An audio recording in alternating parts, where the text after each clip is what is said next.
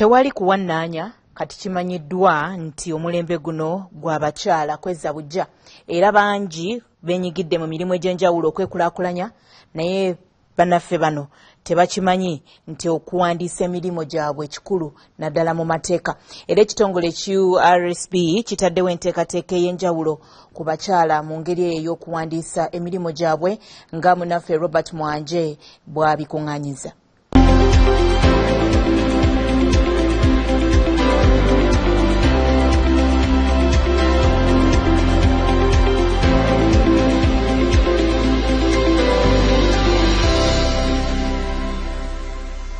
Ensangi zino kizibu okusanga omukyala alera engalo era alinda okuweebwa obuweebwa era bangi bazze bakola ebibiina eby'enjawulo okubako kye beekolera n'abamu ne babako bye bassaawo nga bassekinnoomu wadde abakyala abafubye okwenyigira kumpi mu buli mulimu okuli egy'obuyonjo egy'obuyiiya n'egy'amaanyi bangi bakyagaladde okuwandiisa amakampuni gaabwe n'obuyiiya mu mateeka. Abakyala bangi basiba balafubana ne beerabira obukulu obuli mu kuwandiisa emirimu gyabwe anti ng'ojjako okuwona baffere n'okumanyika okuwandiisa kampuni yo mu mateeka kiyamba nnyo n'okuggumiza bizinensi yo mu ngeri ez'enjawulo. Embeera eno yewaliriza ekitongole Uganda Legislation Services Bureau okussaawo enteekateeka y'enjawulo eri abakyala okubayamba okuwandiisa emirimu gyabwe mu mateeka. Akulira enteekateeka eno mukyala Bernadette Tamale agamba nti bamaze okusaasaanira eggwanga lyonna okutuukirira omukyala ku mitendera egy'enjawulo.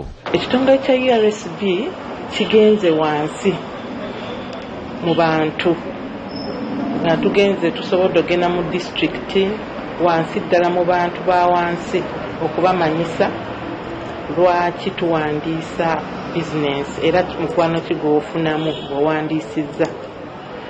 Tusobodde okuvuunula ebintu bino mu Luganda abantu bonna gye basobola okutegeera Oluganda Olunyankole tegamba mu nnimi basobole okutegeera lwaki tuwandiisa. Ayongeddeko nti okuwandiisa kampuni yo oba ekiyiiye mu mateeka kifuuse kyangu nnyo anti mu Kampala basangibwa buli wali ofiisi za KCC era kino kikolebwa mu ssaawa 2 zokka. Osaba okuwandiisibwa era ne kiggweeraawo ng'enjogera ya leero weeri wootuukirawo omalawo eddakiika nga 10 satifikeeti yo n'ekuweebwa that business ne weebeera nga ntono ddala eteekwa okuwandiisibwa. Weewandiisibwa ofunamu okumanyibwa. Embeera zino tuli mu mbeera y'obwerufu tubeera twagala ne bizinesi naye emanyibwe mu lujjudde. Wemanyibwa mu lujjudde kifa kitegeeza ati obeera osobola okgenda mu bbanka ng'ezo mu SACCO mu butongole buno obuzzeewo n'ofuna ku nsimbi n'oyongera ate mu kintu kyo. Ono era agamba nti atawandiisa bizinensi ye asuba bingi so nga n'emirundi egisinga atambulira wakati mu kufiirwa. Bebo b'owulira ng'addusa aloopye ku poliisi emubuuza mpozi gwani egamba ekintu nga tekirina linnya tekirina satifikeeti tebalina we batandikira egamba babulako engeri gye baawula ani mutuufu ani mukyamu. N'olwekyo abantu abali eyo nga tawandiisizza bizinesi bafiirwa mu ngeri ng'eyo. Olumu ne bukyalumu wano tulabyewo ebitongole ebiwola ssente nga kyagadde okuwola ssente naye nga kikubuuza gwani n'obulwako engeri gye wennyonnyolako mu nze gundi nkolera wano era nkoleddewo emyaka 10 byenkoze bye bino naye nga tebalaba kikwogerako. Egamba abantu be bati bafiiriddwa mu ngeri ng'eyo ate era ntulaba ne bali nga baagadde bambi okwongera mu bizinesi y'omuntu okumanyika naye nga tamanyi na waatandikira akubuuza mpozi gwani baani abakumanyi nga tewali.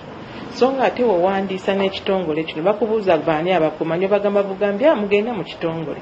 Olwaleero tutaliddeko omukyala Florence Okoti ng'ono ye nannyini kampuni ya Eurostars ekola obuwunga obw'obuugi ekipooli wamu n'omubisi gw'enjuki n'atubuulira ebirungi byajje mu kuwandiisa kampuni ye.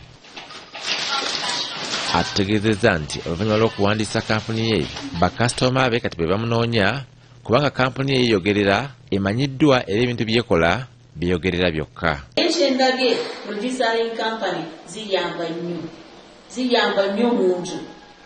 Kakati bw'oyagala kufuna omanyi kati mu Uganda waliwo ssente y'abalimi kati ba private sector foundation bali awo baleta matching grant tewali ajja kuwa ssente watole registering certificate ya registration yemu tewali ajja kuwa ssente watogenze muki ku revenue tosobola kugenda ku VAT value added tax babiki watolina registration certificate. Ayongeddeko nti kino kimuyamba okumanyika era azasisinkana banne abali mu mirimu egy'enjawulo ne babaako ebibakola ebibagatta ng'abakyala era bingi mwongedde obukugu n'okusitula bizinensi ye. Kati bakyala bayagala kukola bw'oyagala kugenda waggulu oyagala kulinnya kasozi yeetaaga oregistaringa ebintu bye bakumanyi tewali kukweka ku bizinesi ng'oteekako ebintu by'omu supermarket manyi. Annyonnyola nti olw'ebintu byakufulumya okuba nga bakakasibwa ekitongole ekivunaanyizibwa okuwandiisa amakampuni n'okukuuma omutindo olwalira baliwa ng'omu ku bakyala abakoze era bafunye mu ggwanga okugoba obwavu era abamalirivu anti emirundi egiwerako aweereddwa n'ebirabo okuva mu gavumenti. Ogenda ku UNBS oyagala kusatisfyinga your products kyeba kyaka kubuuza waregisteringa certificate of registration kati ogenda kutuukawa yeetaaga wonna w'olaba ffe twagenze ku women in business to Netherland byetwakomyewo waliwo byetufunye katonotono naye ku bintu byo question bwebakubuuza naye document bw'osindiika certificate ya registration yasooka. Ono akubirizza abakyala okuba abakozi beesigame nnyo ku bumanyirivu n'okuwandiisa byebakola mu mateeka olwo obuwanguzi bajja bukwatako n'engalo zaabwe. Robert Mwanje, BBS Telefayina, agesigika.